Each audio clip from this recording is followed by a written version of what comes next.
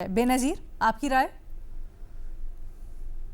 लीना, पहले तो ये मेरी जितनी अंडरस्टैंडिंग है मैं उतनी बात करूंगी। मेरे ख्याल से तो ये एक बहुत बड़ा सेटबैक है भारत के लिए, क्योंकि ईरान पे माजी में बहुत बार सैंक्शंस लगते रहे हैं, लेकिन ये जो चाबहार पोर्ट था ये एक एक्सेप्शन था ईरान में, जिसपे कोई अमेरिका की तरफ से सैंक्शंस नहीं लगे हुए थे, एग्जेम्पशन दी हुई थी।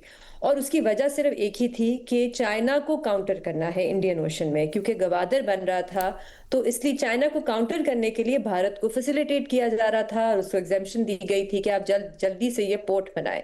बल्कि ये जो चाबहार पोर्ट है ये बना ही इन रिएक्शन था टू गवादर। और जैसे आपने बताया कि एक तो सेंट्रल एशिया मार्केट तक भारत को एक्सेस मिले, अफगानिस्तान तक मिले ताकि पाकिस्तान को बाईपास कर दिया जाए, और चाइना को इसमें काउंटर भी किया जाए।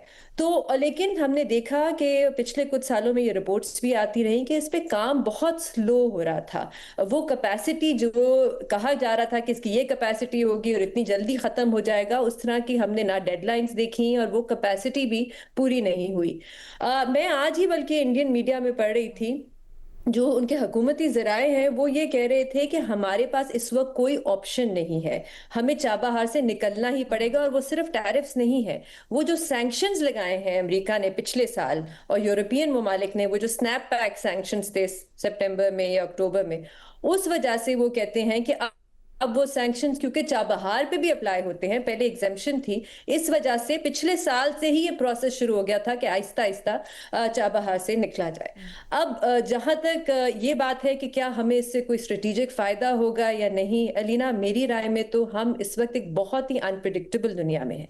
हमें नहीं पता कि अमेरिका जो एक बहुत ही अनप्रिडिक्टेबल प्लेयर रहा है जब से डोनाल्ड ट्रंप आए हैं, कि उनकी पॉलिसी क्या होगी। माजी में वो अपने इत्तेहादियों की तरफ देखते थे, जैसे भारत को इस्तेमाल किया जाता था चाइना के खिलाफ, लेकिन हमने देखा कि इस वक्त भारत पे 50% टैरिफ्स लगे हुए हैं। यूरोपियन ममालिक के साथ काम किया जाता था रशिया को काउंटर करने के लिए, और अब ग्रीनलैंड में जो है वो यूरोपियन ममालिक अपनी फौज भेज रहे हैं। कभी आपने सोचा था कि ऐसा होगा?